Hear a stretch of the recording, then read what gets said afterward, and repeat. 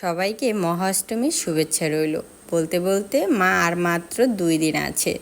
তো আমরা গতকালকের সপ্তমী পূজার শেষে সবাই মিলে রেডি হয়ে ভাবলাম যে আশেপাশের পুজোগুলো একটু দেখে আসি। আশেপাশে বেশ কয়েকটাই পুজো হয়, সেই উদ্দেশ্যে আমরা বের হয়েছিলাম। এখানে আমার বোনেরা, একটা পিসি, একটা বোনের মেয়ে, সবাইকে নিয়ে আমরা বের হয়েছি। আর অনেকেই ছিল, কিন্তু আমরা কাছাকাছি যাব দেখি আমাদের সাথে তেমন কেউ আসেনি। তো আমরা ভ্যানে উঠে পড়েছি পাশের পুজো দেখার উদ্দেশ্যে। একটা ভ্যান এমনভাবে ঠিক করেছিলাম যে সবগুলো পূজা সে ঘুরিয়ে দেখাবে।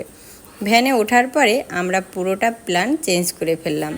বোন বলল যে কাছাকাছি না দেখে চলো একটু দূরে যাই। কোথায় যাবে?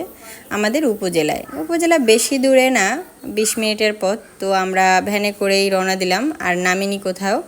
তো যখন রওনা দিয়েছিলাম তখন একেবারে সূর্যটা ডুবো ডুবো ভাব। তো এই যে আমাদের একটা এখানে নতুন ব্রিজ হয়েছে, সেটা পেরিয়ে আমরা একেবারে সরাসরি আমাদের উপজেলায় পৌঁছে গেলাম। এই যে আমাদের দুর্গা ঠাকুর, সাথে এখানে আছে রাধাকৃষ্ণ, আরও আছে লোকনাথ বাবা আছে, পাশে মনসা মন্দির ছিল। তো একটা পূজা দেখা শেষে আরেকটু সামনে এগিয়ে আরও একটা পূজা ছিল। এখানে এসে আমার ছেলে ঢাক পেয়ে তো মহা খুশি। প্রথমবার সে ঢাকের কাঠি হাতে নিয়েছে।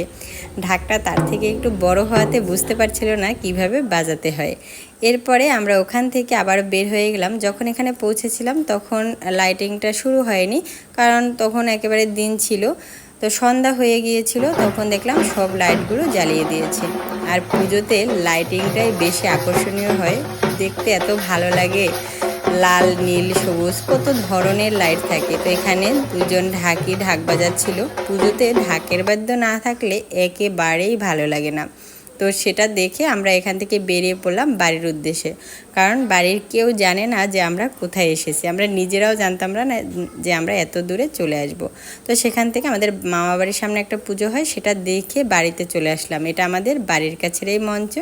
সেখানে আমার বোন আর একটা ভাইয়ের মেয়ে, এরা দুজনে ডুয়েট ড্যান্স করছিল, খুবই ভালো লাগছিল। এখানে প্রায় রাত 11:30-12টা পর্যন্ত অনুষ্ঠান হয়েছে, 10টা পর্যন্ত ছিলাম, তারপরে বাড়িতে চলে আসলাম। তো ভিডিওটা কেমন লেগেছে অবশ্যই জানাবেন।